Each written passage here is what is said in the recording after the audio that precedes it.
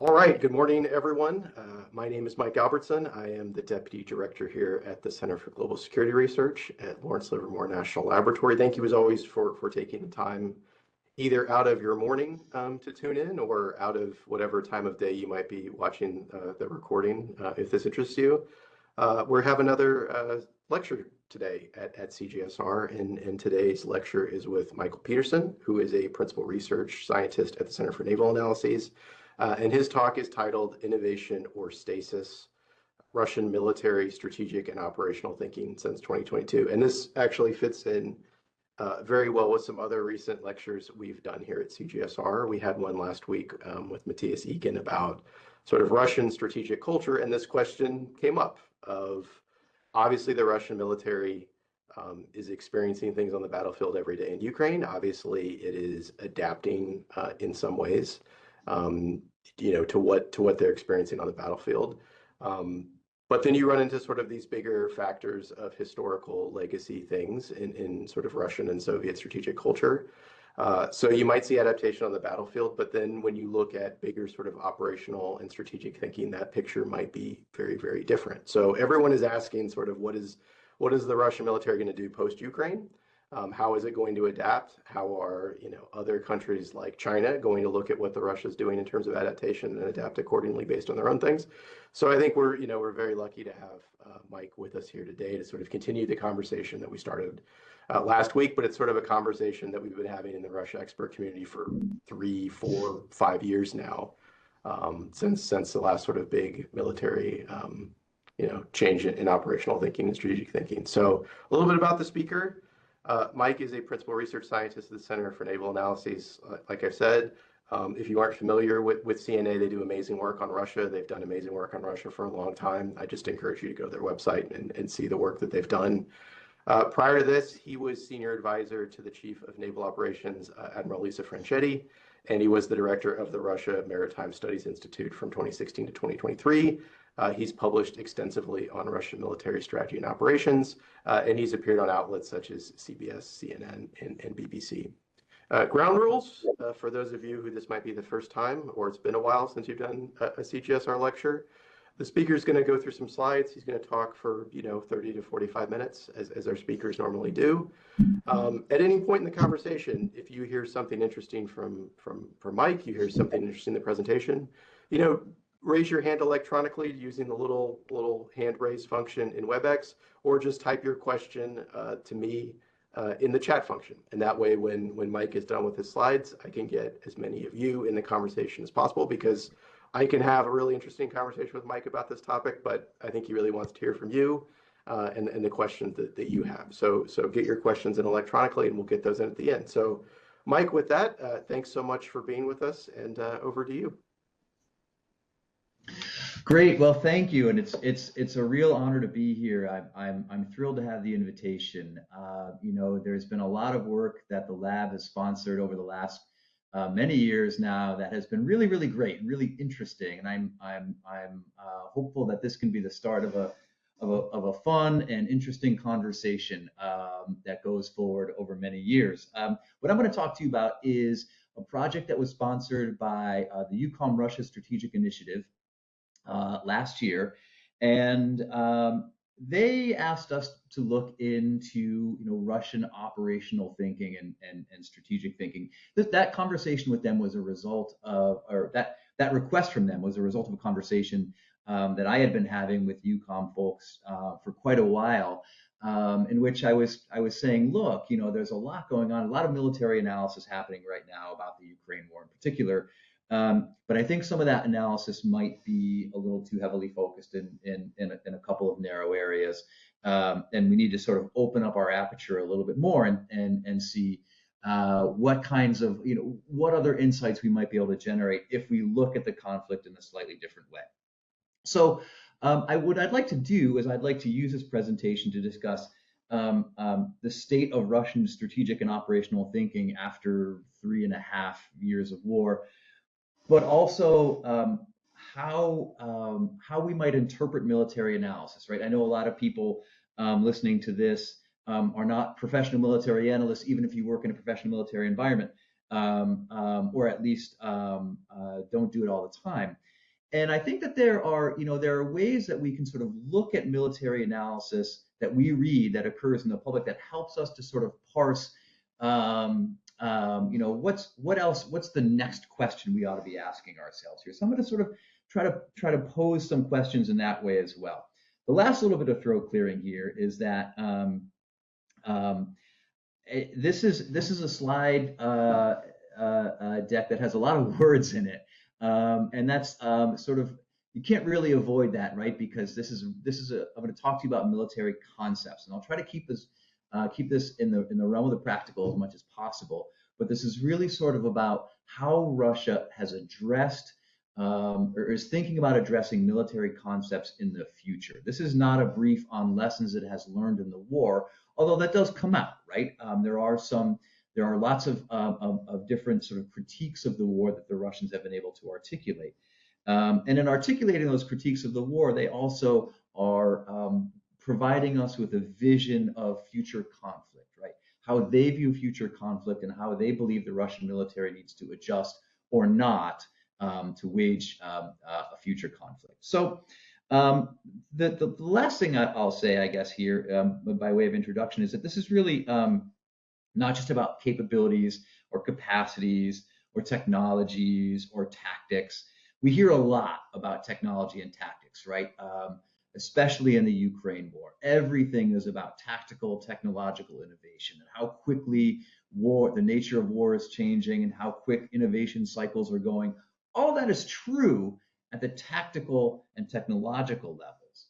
But what I would argue is that that's not true at the operational and strategic levels, and that's what I'm going to talk with you about now. So without further ado, we can get into these slides, and I think we should start by looking very, very briefly at Russian strategic and operational thinking, basically since 2022. And I'll give you some pre-war pointers as well. So basically, their strategitic thought is rooted in a lot of the same strategic assumptions and threat assessments that they were using before 2022, before the invasion of the war, right? So their threat assessments, how they look at the world, how they view various threats to Russian national security, have not changed, right? If anything, they've sharpened, and they have to do with the involvement of the United States and NATO in seeking to undermine Russian sovereignty and seeking to undermine Russia's interests in the world and so forth. These haven't changed. So the basic threat assessments are strategic threat assessments are unchanged.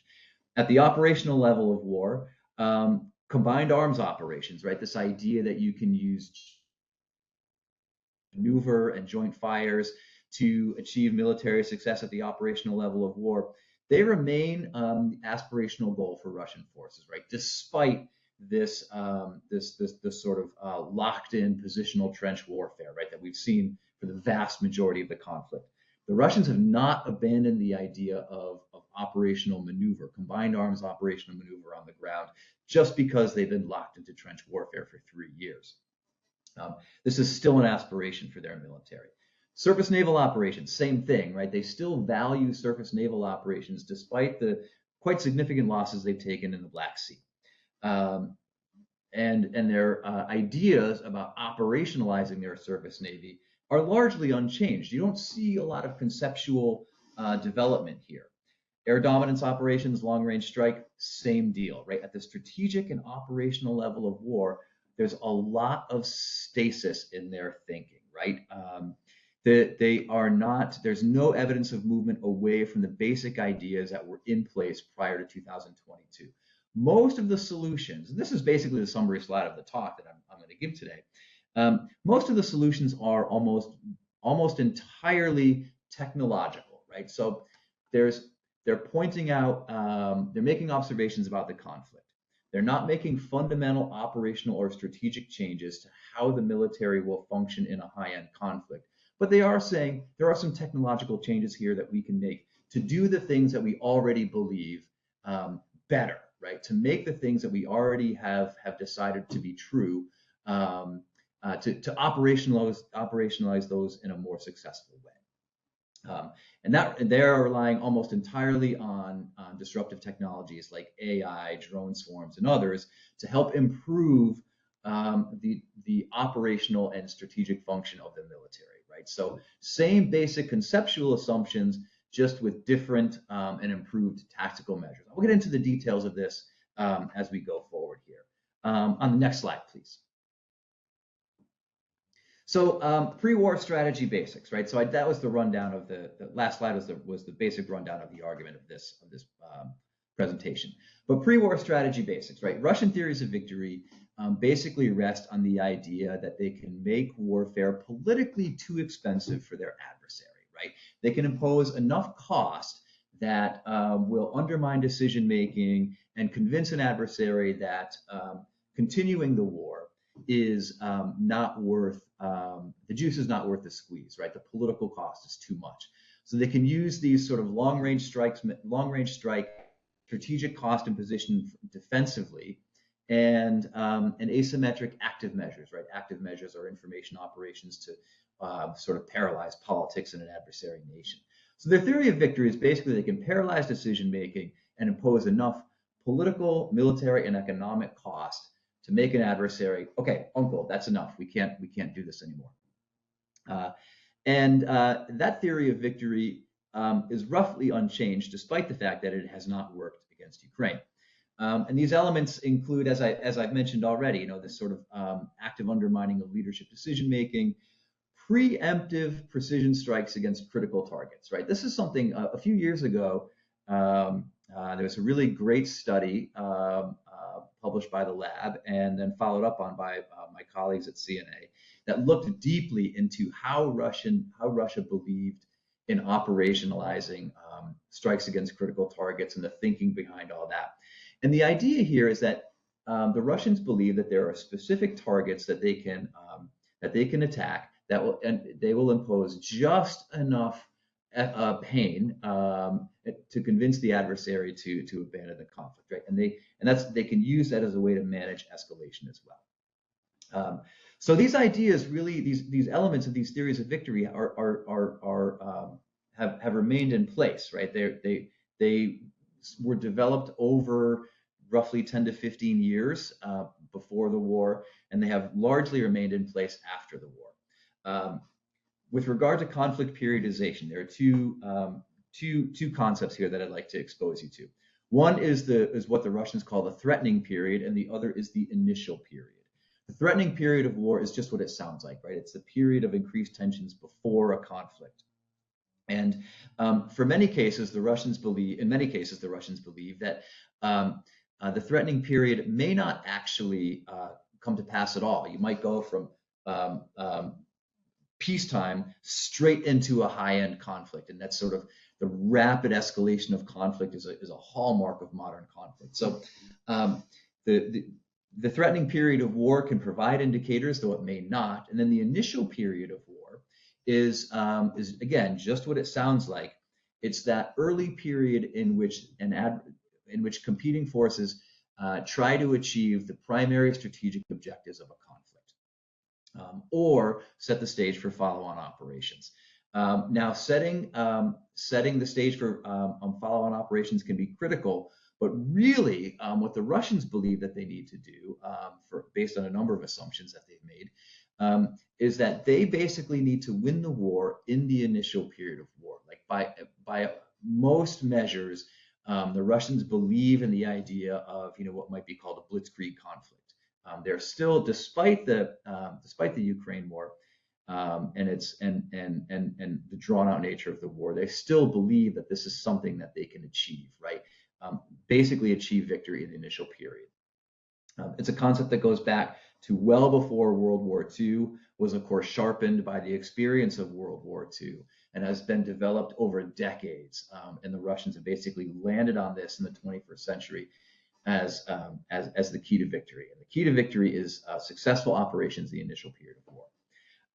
The strategy of active defense, right? This is otherwise known as preemption. Strategy of active defense is a term used in 2019 by Chief of the General Staff Gerasimov, and that is the idea that the Russians will preempt, or as they would like to say, prevent threats to Russian strategic interests. So that is a concept that basically involves preemptive military action and explains in part why Russia went into Ukraine. And then finally, this reliance on long-range precision strike. I've been mentioning the imposition of cost and making the adversary suffer in painful ways.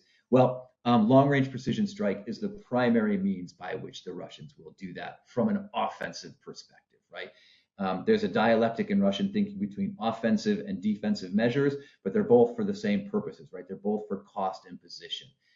The Russians want to impose cost on efforts to gain access to Russian airspace, Russian waters, Russian territory. That's the defensive side of this, but offensively, what they really believe in is the strategic importance of long-range precision to impose cost. That is the primary means by which they will do so, and the primary means by which they wish, at least theoretically, to wage war. Now, all this goes back many, many years in Russian thinking. Next slide, please. So what are the Russians taking away from the war, from the strategic level? Well, we have identified several key strategic takeaways, but this basically is what they boil down to. First of all, Russian observers, after 3.5 years of war, are still writing that all those concepts that they were writing about before the war were actually correct. And the problem with waging the Ukraine war was that they were poorly operationalized, right? They weren't planned very well. They were poorly executed. But we, the Russian military thought leaders, have been correct all along, right? And that's what partially explains the sort of stickiness of Russian strategic and operational thinking, right? It has not changed. It has changed very little, in part because the people who are doing that thinking still believe that they were right. A critical piece of that is that the initial period of war that I was just talking about, right? The criticality of early operations in conflict. Again, they still believe in the criticality of the initial period of war, but they blame the planners and they blame the people who executed the war for the failures in the initial stages of the conflict. So the initial period of war remains paramount in Russian thinking, right? Long-range precision strikes, right? Russians have placed a lot of faith in long-range precision strikes and have been executing them since the beginning of the war. Well, they have failed to crack Ukraine's willingness to continue the war, right? Strategic strikes have not served their purpose. And yet, Russian thinkers believe that they were poorly executed at the outset, and that poor execution at the outset forfeited the chance for victory early on in the war. So these all remain key strategic level takeaways, right? Most of the concepts that they have been arguing about since the beginning of the war remain in place, including the criticality of the initial period and the criticality of long-range strikes. Next slide, please.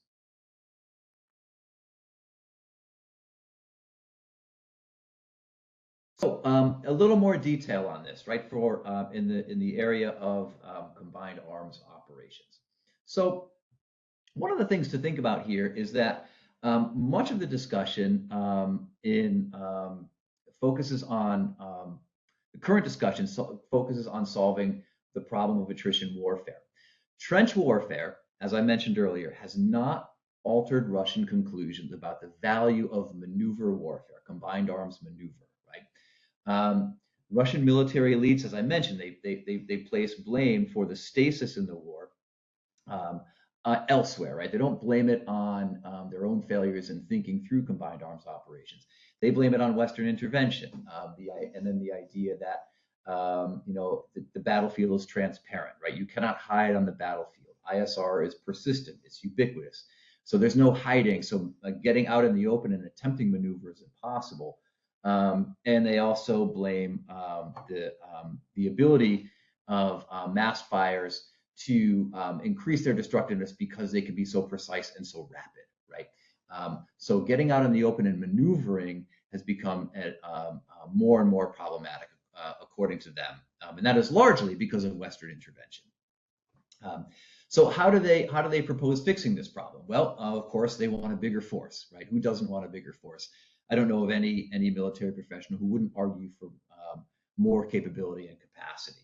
But they also argue at the operational level of war for greater ability to suppress ISR, that is adversary ISR, and use their own fires to suppress enemy movement, right? So a lot of this, as you can see, relies on enhanced counter-space technologies, anti-satellite technology, directed energy weapons, electronic warfare, and even possible nuclear use. And I'll get into the use of nuclear weapons here in just a couple of minutes. I'm sure that's of significant interest to this audience. And then finally, they want to enhance the use of AI to improve their own command and control. Now, if you sort of take a minute and step back from what their proposals for restoring combined arms operations and combined arms maneuver boil down to, they're looking at technological changes, right? They're not looking into concepts of operations that might enhance combined arms maneuver. They're just saying, if we have better technology, we can actually restore combined arms maneuver, but we've got to build in better technology to do these things, right? Next slide, please. Same issue with naval surface warfare. There's a lot of words on this slide. I acknowledge that, but the idea here is that basically these concepts have not changed, right? There's surface naval task groups remain important. The tasks themselves for surface naval warships remain the same, right? So local sea control, homeland defense, blue water naval operations, none of this has changed. Nobody anywhere in Russian naval thinking is discussing the idea of operational maneuver or deception or disaggregation or any of the other sort of operational concepts that utilize their technologies in different ways, right? This is the idea of force employment. Steve Biddle has written about this quite extensively, right? It's not the technology you have, it's how you use the technology you have, and that's what wins wars.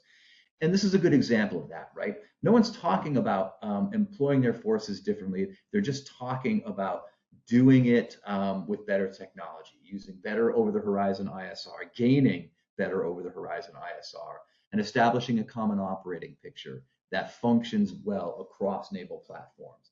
They're talking about expanded global basing and expanded strike and reconnaissance, and expanded amphibious capability, of course, because the amphibious fleet in the Ukraine war has taken a disproportionate beating among naval forces. Now, one thing I want to anchor on for a second here is this long quote by current Chief of the Navy, Alexander Moiseev. It is pretty clear that he is indicating a greater interest in the use of non-strategic nuclear weapons to overcome Russian naval capability and capacity challenges, right? And to overcome targeting challenges, right? So the idea of using non-strategic nuclear weapons at sea is one that Moiseev is, I would argue, a bit more open to than any of his recent predecessors, although the use of non-strategic nuclear weapons has been part of the dialogue among Russian military professionals for a long time. Moiseev, I would argue, is more open to that than his predecessors. And that is in part a result of his understanding of what has happened in the Ukraine war with regard to their ability to conduct rapid targeting, over-the-horizon targeting, and precision targeting. Instead of, he has identified a series of shortcomings and has said, okay, instead of trying to fix some of those problems, we'll also rely on non-strategic nuclear weapons as a way to overcome our ability to conduct precision dynamic targeting at sea. And I think that this is something that we need to pay particular attention to with regard to naval warfare. My own position on this is that the Russian Navy is slowly assuming a more prominent role as a guarantor of Russian security. And that is because in some ways, the maritime domain is becoming more and more important to Russia in the 21st century. Russia is typically characterized as a land power, and I think that's right, But one way that Russia is attempting to overcome the effect of sanctions is to expand its presence, expand its maritime trade, and that also means expanding its naval presence, and that also means thinking more about how it's going to fight war at sea.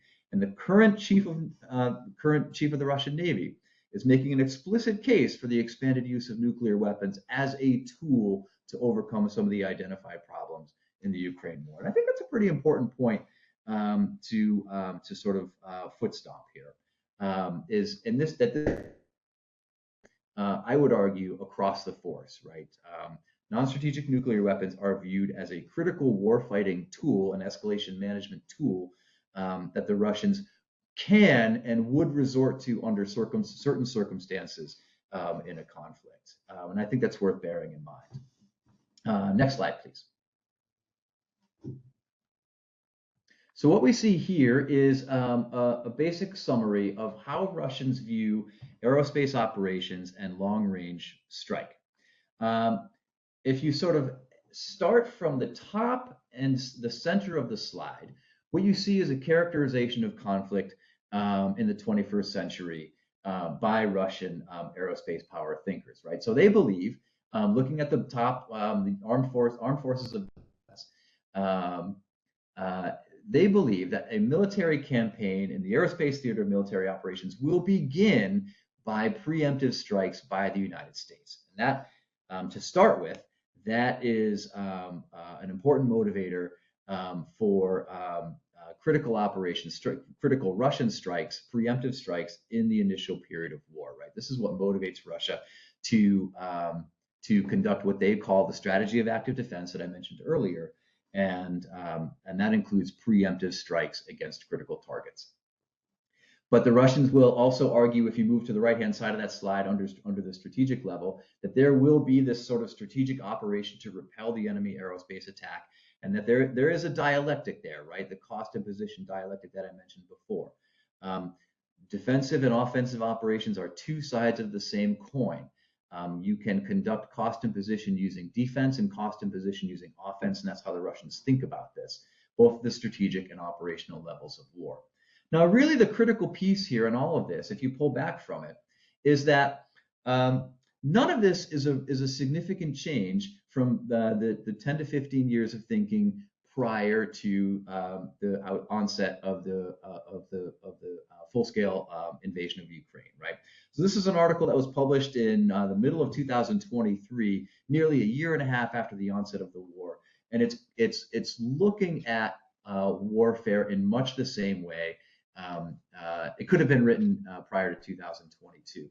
And this quote on the right-hand side of the slide is interesting to me, right? The most decisive phase of a large-scale military conflict is the aerospace phase. So they're still thinking about a war with NATO, a large-scale military conflict, a war with NATO, and they're thinking about it in terms of that initial period of war. And the critical operational component of the initial period of war are aerospace operations, right? Both defensive and offensive aerospace operations to impose cost on the adversary. And that is this opinion here by Krenitsky and Tchaikovsky is pretty widely held, not just among air power enthusiasts, but as a general assumption among Russian military elites and in the general staff. Next slide, please. So a little bit more detail here on how the Russians think about aerospace operations and long-range strike. Standoff strike is still of intrinsic value, despite the failure of strategic strikes in the Ukraine war. The major change here is the use of unmanned systems, right? Prior to the war, the Russians were not thinking, they were using unmanned systems primarily for ISR and to a slightly lesser degree for C2. They were not really thinking about unmanned systems in terms of strategic strike, conventional strategic strike operations.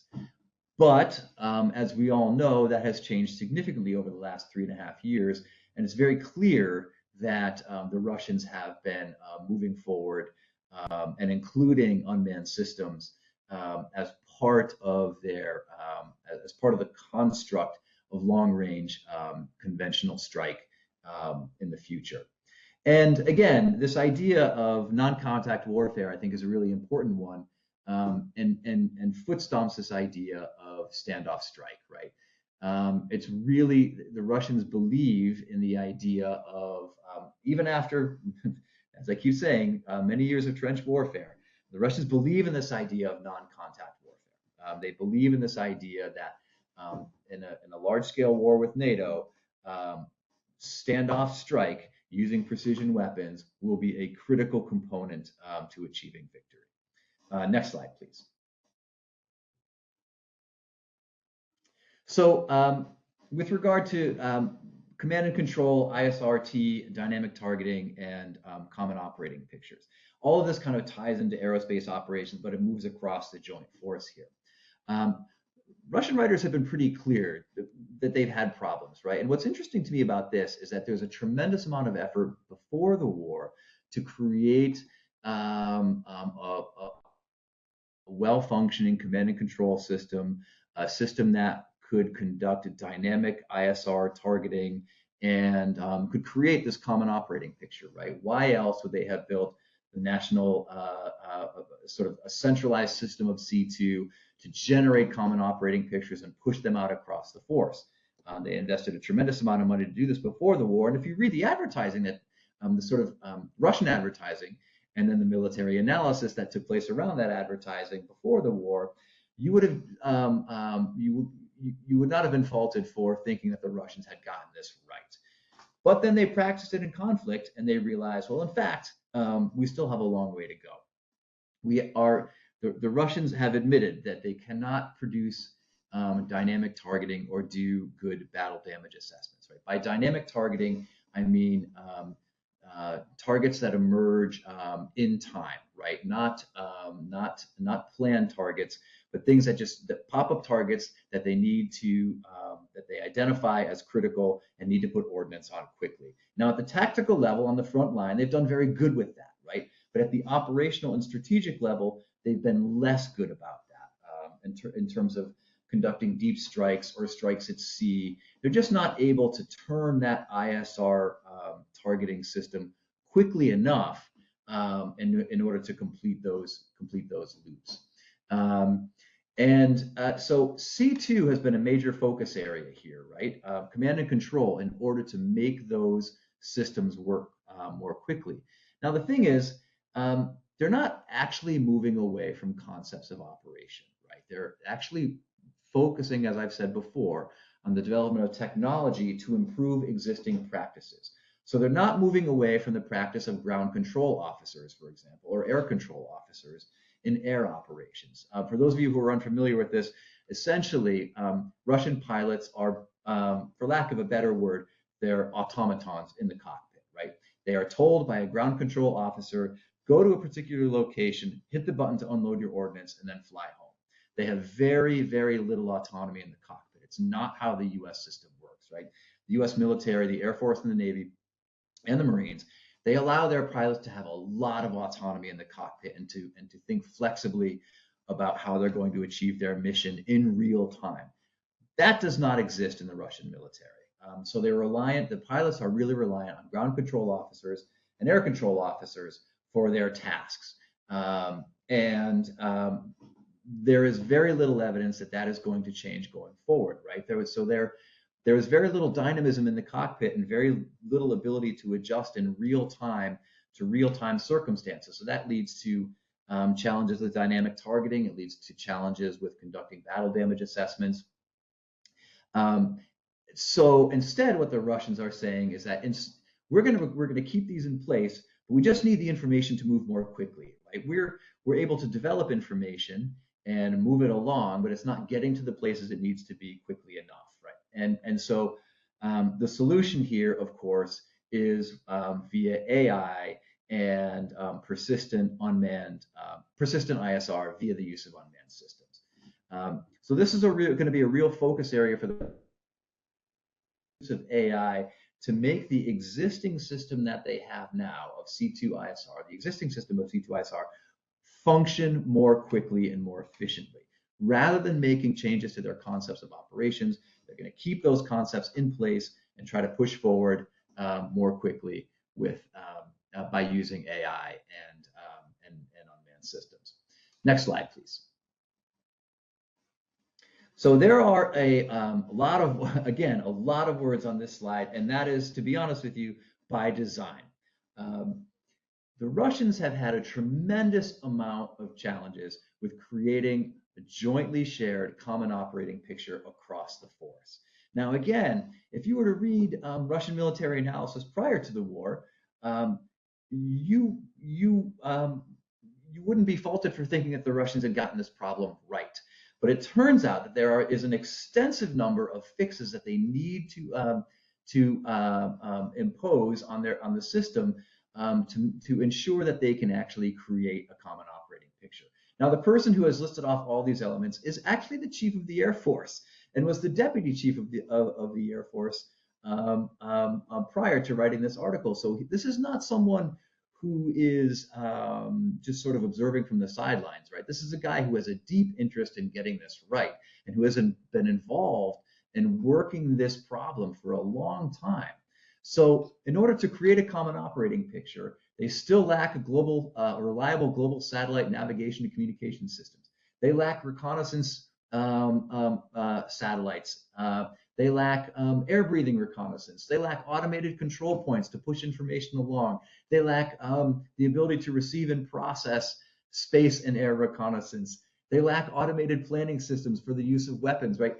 These are all the things that they supposedly had fixed prior to the war, and they're still identifying them as challenges once the war has begun. And this is not just one person saying this. This is a theme that has been developed across the force. I mentioned it with regard to the naval operations. It's also true of ground operations.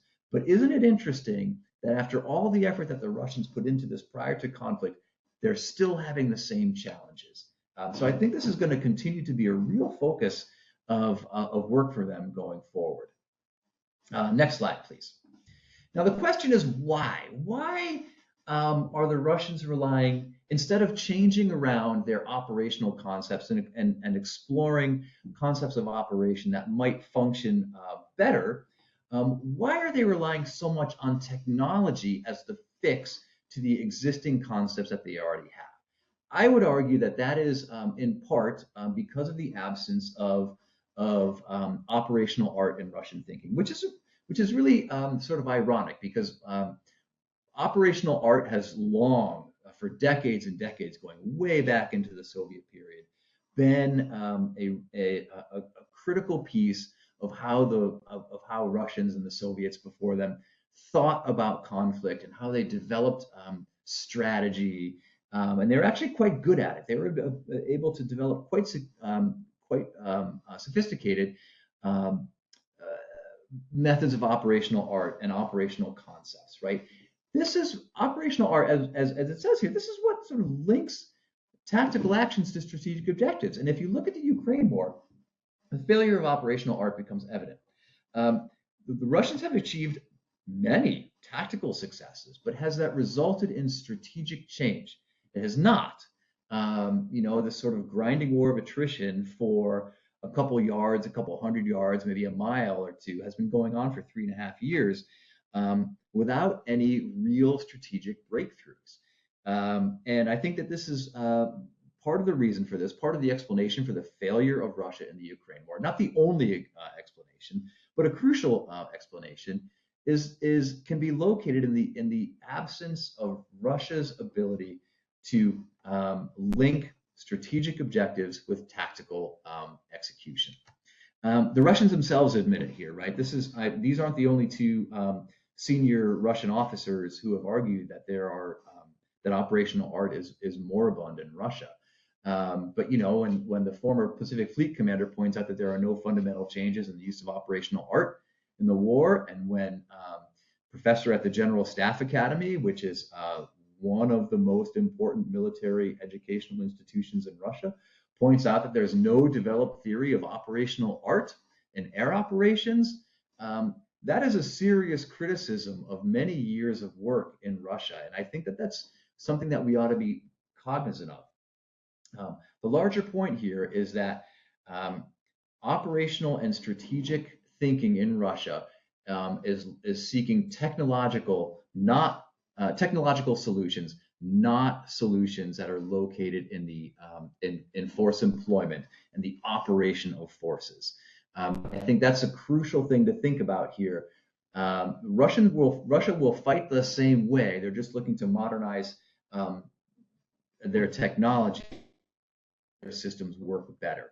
Will they be successful? I'm not so sure, given the poor state of operational art. Okay, last slide. So some basic conclusions here. I think we need to be wary about discussions of this tactical and technological dynamism in the war. It's all true, but it does obscure our ability to fully understand what's going on in the Ukraine war and understand the future of warfare in general. The war is not fundamentally changing. At least modern warfare and how our adversaries think about it is not fundamentally changing, despite all of the analysis that you're reading on social media and coming out of think tanks. Most of that is focused on technical and tactical issues. Much of it is not focused on operational and strategic issues. And if you focus on operational and strategic issues, I think what you see is a lot of stasis. Russian assumptions remain the same. And in all of those areas that we've just been discussing, their ideas look largely similar to what was in place prior to 2022. The solution is in technology. So the bottom line here is that Russia is preparing for war with NATO in much the same way that they were preparing for war with NATO prior to 2022.